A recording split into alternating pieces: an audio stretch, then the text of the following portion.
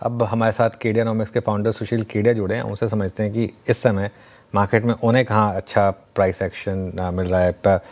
Sushil ji, good morning. बताइए इस समय आपका ये 12 स्क्रीन का सेटअप क्या बता रहा है, इस समय कहाँ पर कमाई होगी? कमाई देखिए ज्यादा ले लेके ही होगी।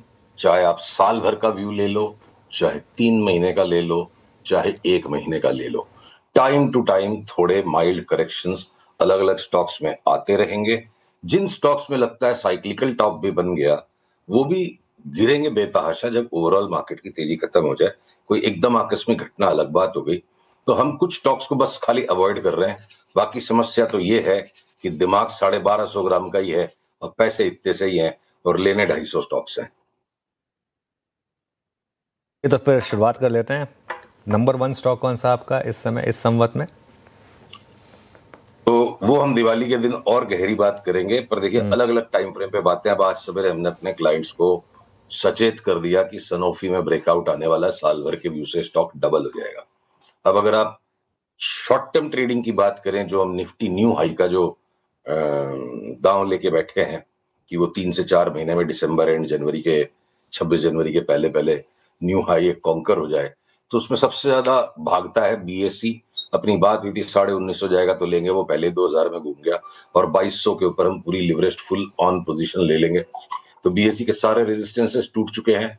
अगला पड़ाव हम दबी जबान में अभी 4200 की बात करें, किसको मालूम उससे ऊपर और चला जाए। तो अलग अलग टाइम फ्रेम पर अलग अलग तरह के घोड़े हैं। जो रेगुलर स्पेक्युलेटिव ट्रेडिंग करने के लिए निफ्टी के स्टॉक्स में आप आ जाओ, तो आप समझ लो कि इस वक्त शॉर्ट टर्म ट्रेडिंग में जियो फाइनेंस मेरे को लगता है 35% बढ़ जाए यहाँ से अगले 3-4 महीने में। और अगर आप साल भर का व्यू लेते हैं तो ट्रेंड का भाव डबल हो जाए, ट्रिपल भी हो जाए। तो अलग अलग स्टॉक्स अलग अलग टाइम फ्रेम पे बिग कॉल्स हैं। Okay Sushil ji, good morning. Shreya बात कर रही हूँ। आपने गुड कुछ मॉर्निंग। स्टॉक्स बताए हैं जहाँ पर आपको दमखम नजर आ रहा है, लेकिन सेक्टर स्पेसिफिक अगर मैं आपसे पूछूं तो ऑटो स्पेस पर क्या राय होगी अगर आप उसको सेग्रीगेट करें टू व्हीलर स्पेस से, साथ ही फोर व्हीलर स्पेस से? कहाँ पर आपका रुझान इस वक्त ज्यादा है? टू व्हीलर स्पेस में हमारा टेबल थंपिंग बाई है Bajaj auto. Short term trading के लिए भी, 3 महीने के लिए भी, 1 साल के लिए भी मेरे को लगता है साल भर में डबल हो जाएगा। और अगले 1-1.5 महीने में क्या पता इसमें 12,000 का भाव आ जाए। फोर व्हीलर्स में टाटा मोटर्स अब स्प्लिट हो चुकी है, चार्ट के लेवल्स वगैरह 2-4 दिन बाद पैटर्न्स बन के आइडेंटिफाई होंगे। पर हमारा जो पुराना कॉल था और ये स्प्लिट के लिए, डीमर्जर के लिए रुका हुआ था, ये 600 का टाटा मोटर्स 1200 बिकेगा। फोर व्हीलर्स में हमारी सबसे बड़ी बेट वही है। दोनों कंपनियां जो टाटा मोटर्स की पकड़ के बैठना है। डिलीवरी लेने वाला जीतता है और शॉर्ट टर्म नॉइज में स्पेकुलेटिव ट्रेड्स कट जाते हैं जब बड़ी मूव आती है। और ये हो गई हमारी टॉप पिक। मारुति को हम अवॉइड करेंगे, वो अभी वीरे की वेडिंग में ना रूसे हुए फूफे की तरह मुंह फुला रहा है, क्योंकि वो ऑलरेडी पहले चल चुका है। अशोक लेलैंड भी उसी कैटेगरी में हो सकता है, आगे पीछे हम अशोक लेलैंड को शॉर्ट भी कर देंगे तो बड़ी बात नहीं है। अभी तक सिग्नल नहीं है। Mahindra and Mahindra time pass कर रहा है यहाँ पे इंडेक्स मैनेजमेंट, और आयशर मोटर्स कभी समझ में ही नहीं आया। ओके, ठीक है। अच्छा, गोल्ड एंड सिल्वर जिस तरीके से रैली दिखा रहे हैं सुशील केडिया जी, पिछले साल हम दिवाली पे यही डिस्कस कर रहे थे और इस साल दिवाली पे यही डिस्कस कर रहे हैं, रिकॉर्ड स्तरों पर गोल्ड एंड सिल्वर। आपका क्या व्यू है इन लेवल्स पर? जिन्होंने रैली मिस की, फोमो जिनको हो रहा है, वो क्या करे, और आगे चलकर आप क्या इसमें और तेजी देख रहे हैं? क्या व्यू होगा? बहुत खूबसूरत सवाल आपने पूछा। पहली बात तो मैं बता दूं, लास्ट 4-5 महीने की बड़ी मूव हमने मिस कर दी। हम 1900 से लेके 2900 तक की गोल्ड के अंदर में लगातार बने रहे। उसके बाद 2-4 ट्रेडिंग के राउंड पकड़े और ये लास्ट के बड़ी मूव को हमने मिस किया है। तो उसके साथ मैं आपको एक डिस्क्लोजर दूं, मेरी दरख्वास्त है, पीसीआर कृपया मेरी स्क्रीन को कुछ देर के लिए शेयर रखें। कल मैंने रात को वर्ल्ड की top 20 market cap wise top 20 gold and silver mining companies की चार्ट्स को डीपली स्टडी किया। जब ये छूट गया, दिल जल रहा है, मन खराब है, बाकी दुनिया कमा रही है, हम क्या करें? तो बोला भाई इतना ही गोल्ड ले लो कि जाके गोल्ड माइनिंग कंपनियां खरीद लो पूरी। तो अगर गोल्ड की यूफोरिया में चार्ट आज पकड़ में नहीं आ रही है, आप ये देखो स्क्रीन पे, न्यूमॉन्ट कॉर्पोरेशन वर्ल्ड की लार्जेस्ट गोल्ड माइनिंग कंपनी, हमारा कॉल है अगले 2 साल में इसका भाव $90 से $15 हो जाएगा cash. Barik mining corporation the second largest company, इसके अंदर कोई long term bull market pattern नहीं बन पाया। मतलब अगर गोल्ड में अगले 5 साल भी तेजी है, 2 साल भी तेजी है, अगर साल भर भी तेजी है, तो जमीन से गोल्ड निकालने वालों के तो स्टॉक्स प्राइस के बहुत जोर से यहां से भागने की आउटलुक होनी चाहिए, वो नहीं है। तो जैसा कि 40 साल में होता आया, गोल्ड सिल्वर बड़ा स्पाइक देते हैं हर 5-7 साल में, और उसके बाद उनमें उतना ही मोटा कोलैप्स भी आता है। उस कोलैप्स का पूरा खतरा बना हुआ है, वो ट्रिगर अभी तक नहीं आया। हो सकता है हम और 15 दिन रॉन्ग हो जाएंगे, हो सकता है दिवाली के 7 दिन बाद आए, पर जो छूट गया सो छूट गया। दिल को तसल्ली दीजिए। 35% गोल्ड में नहीं कमाया हमने, स्टॉक्स में 70, 80, 90% कमा लिया। पैसे ने ज्यादा ही कमाया है। आपको मैं फटाफट दिखाऊं बारीक, गोल्ड के बाद Agnico, Wheaton, Precious, Franco Nevada, Gold Fields Limited, किसी के अंदर में भी long term bull market pattern नहीं है, सब में रैलिंग पैटर्न है। तो गोल्ड अगर छूट भी गया और 5% छूट जाएगा तो दिल जला के कोई फायदा नहीं है। शॉर्ट करना तो टोटल मूर्खता होगी, पर इस जगह पे दिल जला के जम के कोई गोल्ड खरीद ले तो वो भी कोई कमती मूर्खता नहीं होगी। गोल्ड जिसके पास है वो मजे करे, अपना ट्रेलिंग स्टॉप लॉस लगा के रखे, और जिनके पास नहीं हो स्टॉक मार्केट में काम करे। बिल्कुल। चलिए तो कुछ और स्टॉक्स की बात करते हैं। लार्ज कैप आईटी के नंबर्स आ गए, दो के अभी आने हैं, टीसीएस और एचसीएल टेक के आ गए।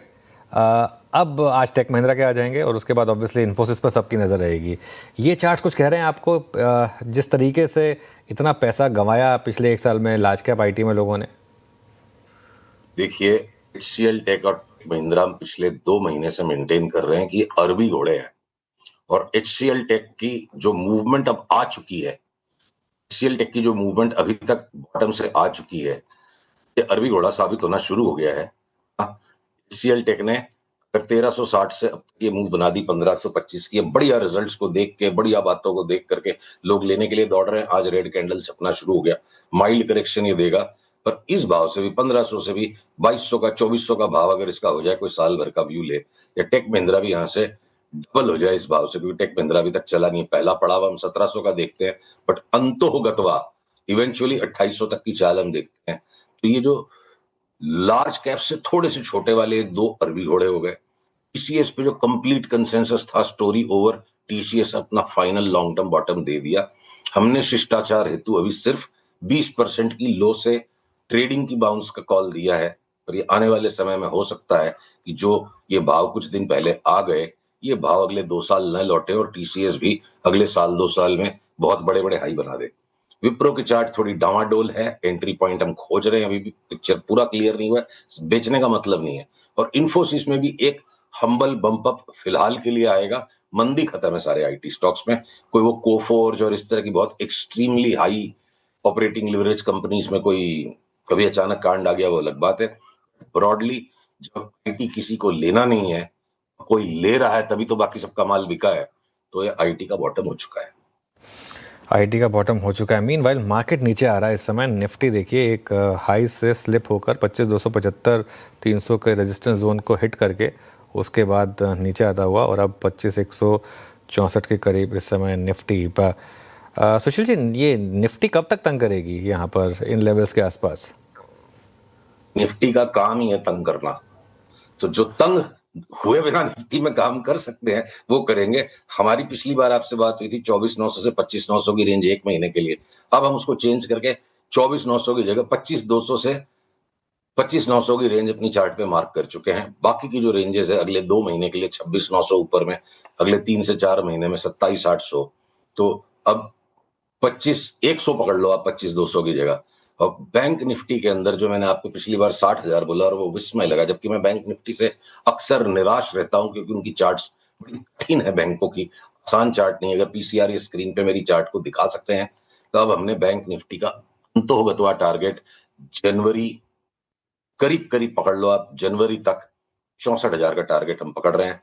एक्सिस बैंक, कोटक बैंक, अब इंडसइंड बैंक ने भी पार्टी ज्वाइन कर ली। एचडीएफसी बैंक थोड़े से सॉफ्ट रिजल्ट्स के बावजूद आईसीआईसीआई बैंक से बेटर परफॉर्म अभी तक कर रहा है। आईसीआईसीआई बैंक यहाँ से 15-17% बढ़ जाएगा। Canara, PNB, bank of Baroda doubt के गड़बड़ के पैटर्न में भी ये घटघट करते हुए आगे सब 20-25% बढ़ जाएंगे। तो सारी की सारी बैंकें फायर कर रही हैं, और स्मॉलर बैंक्स के अंदर में भी वो सीएसबी बैंक और ये छोटे वाले बैंकों में डबल 2.5 टाइम्स के पैटर्न्स बन रहे हैं। आईडीएफसी फर्स्ट बैंक हमारा बिग बोल्ड कॉल है। तो निफ्टी पे मैं बिल्कुल भी चिंतित नहीं हूं अनुज, और देखिए थोड़ा थोड़ा घट के बढ़ के काम होगा, तो रोज मेरे लिए भी काम रहेगा, आपके पास भी काम रहेगा। ये अच्छा, एक आपका बहुत शानदार कॉल था आरबीएल बैंक 140 पे, आपने कहा था कि 500 से पहले नहीं बेचेंगे हम। अब वो आज 300 तो हो गया। क्या 500 की चाल अभी भी इंटैक्ट है? और नेक्स्ट आरबीएल बैंक कौन सा है? नेक्स्ट आरबीएल बैंक अपनी बात हो चुकी है। आरबीएल बैंक टाइप की, देखो आरबीएल बैंक में परसेंटेज मूव ज्यादा बड़ा है, और आरबीएल बैंक टाइप की, जिस बैंक को बिल्कुल अंडर एस्टिमेट कर दिया, अंडर रेट कर दिया, रेगुलेटरी कंसर्न्स लोगों को कुछ कुछ कहीं कहीं विस्पर होती है, सीईओ चेंज हो सकता है, ऐसी गॉसिप होती है, सारी चीजें प्राइस में बिल्ट इन है। आईडीएफसी बैंक कोई शांति से लेके बैठ जाए, रोज की ट्रेडिंग करने लायक स्टॉक्स नहीं है, साल भर बाद 3 गुना भाव मिल जाएगा, ऐसा हमारे को चार्ट पे लगता है।